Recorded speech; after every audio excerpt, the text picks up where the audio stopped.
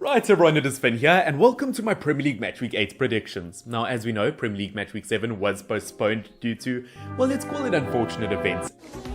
And looking at Premier League Matchweek 8, although a few teams will be missing out, we still have 7 games to talk about. So of course, jumping straight into things, starting Premier League Matchweek 8 off, we have Aston Villa versus Southampton. Now I will say, although looking at the cover of the book, Southampton might look like the favourites in a competition like this.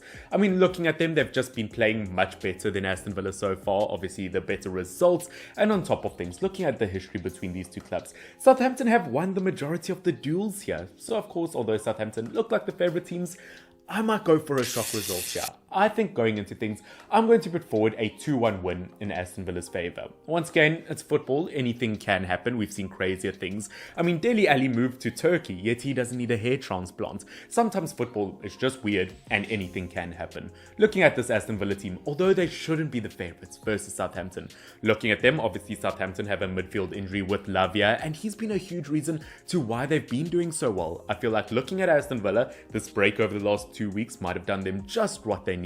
And looking at Steven Gerrard, I know his capabilities as a manager, and I've got a feeling he'll be able to do something special here. As we know, although Aston Villa haven't had a great start to the season, it is still very, very early days. And as I said, I just feel like they're going to win this one. I don't know what it is, it's just a gut feeling. But hey, maybe I'll be wrong. We'll have to wait and see. Now, of course, moving on, we've got Nottingham Forest versus Fulham for our second game. Now, looking at Nottingham Forest, once again, I've got no idea what to expect from them. I mean, every single bone in my body, every single tree in my forest, if you want to say that, which that sounded a lot cruder than I meant for it to sound. Okay. But every single bone in my body wants this Nottingham Forest team to do well. But looking at Fulham, although they're also recently promoted, they've had a really good season and it's going to be very tricky to take a team like them down. I just think, unfortunately, for Nottingham Forest, despite the fact that they replaced their entire starting 11 2 times over, I do think looking at this Forest team, unfortunately compared to Fulham, I just think Fulham are the better team at the moment. I mean, in terms of defensive ability, in terms of attacking ability, they've shown that they are Premier League ready, and Nottingham Forest haven't quite done so yet. So I do think Fulham will take this one. Now, moving into our third game, we have Wolverhampton Wanderers versus Manchester City, which I'm just going to try reload that there because the graphics are absolutely awful. But looking at Wolves versus Manchester City, once again looking at Wolves, they've just gotten the myth, the man, the legend back, Diego Costa. I mean, looking at this image, I mean, it shows an absolute beast of a creature, something everyone is terrified of. And I mean, to think that that thing is walking with a bunch of wolves, it's absolutely incredible to see. But obviously, jokes aside, looking at Wolves, they so desperately needed a brand new striker, and Diego Costa could do wonders for the club.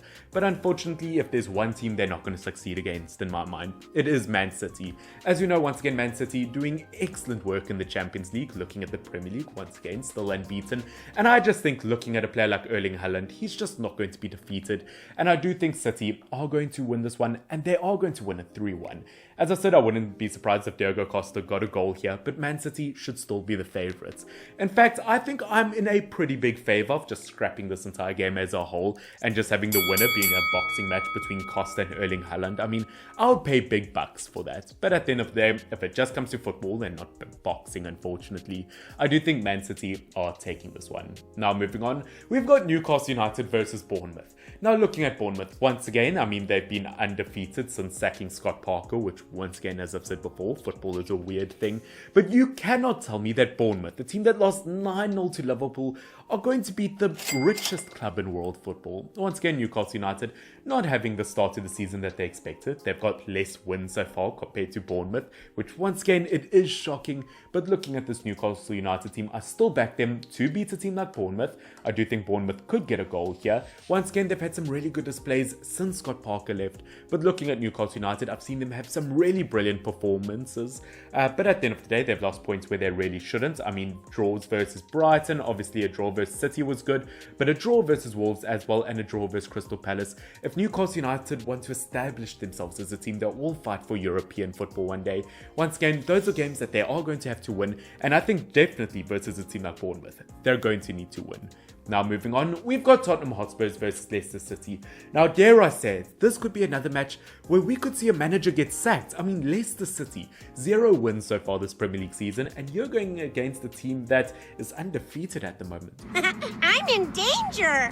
Once again, we know Tottenham Hotspurs, they can have very baffling results. They've just lost 2-0 to Sporting Lisbon in the Champions League.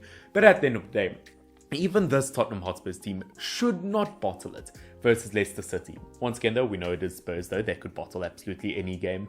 But looking at Spurs versus this Leicester City team, they should demolish them. I'm sorry Brendan Rodgers, but I do think it is very likely that you could get sacked. I mean, I really appreciate you as a manager to win 2 trophies with this Leicester City team, but at the end of the day, if you're going to get rid of Schmeichel and your best defender Fofana and not get suitable replacements, I mean, I don't know what else you're expecting. I think Leicester City are in real trouble this season. Now, of course, moving on to what seems to be our second last game, we've got Brentford versus Arsenal. Now, believe it or not, this game might be a lot closer than one might think.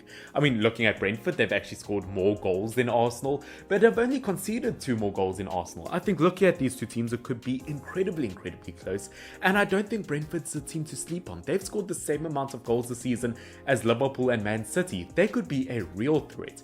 And as we know, versus Arsenal, in terms of the history, Arsenal have 1-1, Brentford have 1-1, and it all goes down to this. Although Arsenal, once again, they've won every game this season, bar the one versus Man United, which, by the way, wearing this jersey with pride this week, knowing that it's a weekend where we can't lose, as we are not playing. No, he's got a point.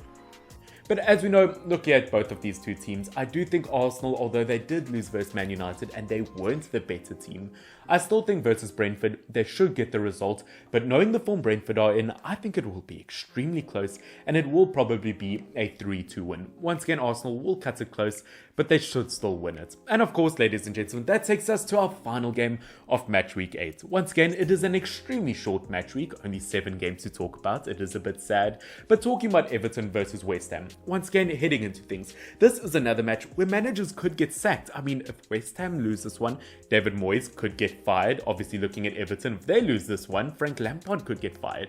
This is an absolutely gigantic game for both of these two teams. But looking at Everton, my major worry for them is the fact that Jordan Pickford is out injured. And without the likes of a player like him, I mean, Everton are essentially like a smoothie without a lid or a blender without a lid.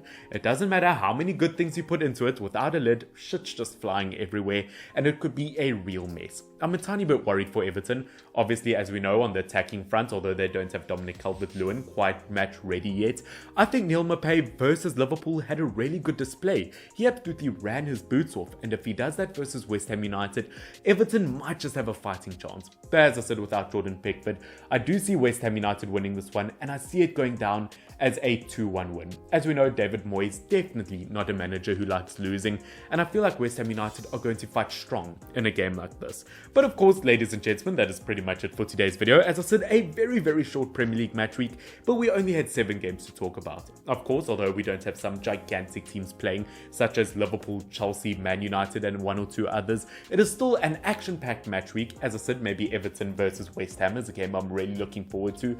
And of course, guys, if you do want to feature in next week's video, don't forget to put your predictions down below. Of course, don't forget to subscribe as well and leave a like down below. Can we make sure to get, I don't know, can we at least say 20 likes for all teams in the Premier League? I don't know, guys, but this has been Finn, FYNN. Thank you very much, and until next time, cheers.